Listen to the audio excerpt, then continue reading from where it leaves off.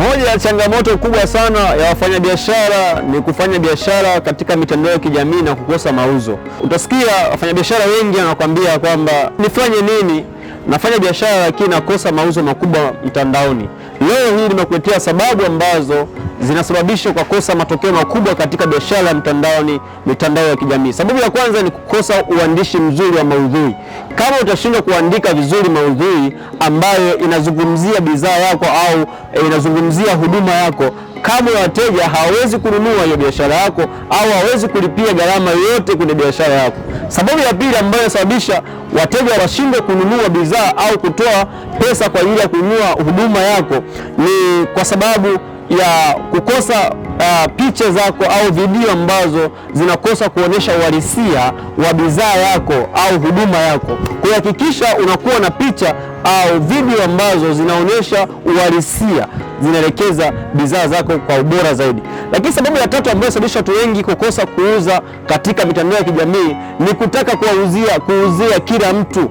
Hauwezi kufanikiwa kwenye mitandao ya kijamii kama unataka kumuuzia kila mtu. Sio kila mtu ni mteja. Kwa hiyo hakikisha utarget wateja wako na kina nani kwenye mitandao ya kijamii. Kuna vijana, kuna watoto, kuna wazee, na biashara yako inalenga watu gani?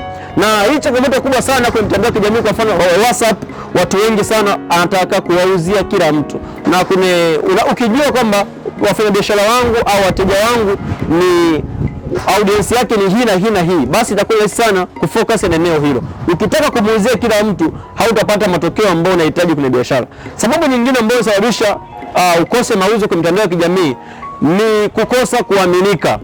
Watu wengi ambao wanauza kwenye mitandao ya kijamii ni watu ambao wanaaminika sokoni.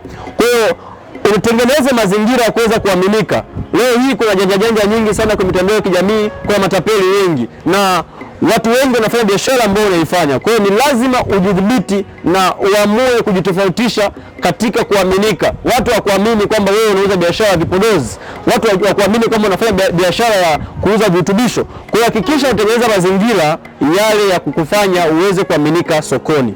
Na namna pekee ya kuaminika sokoni ni vile ambavyo utaonyesha ushuhuda jinsi watu ambao wameridhika na kutumia biashara au bidhaa zako. Asante sana.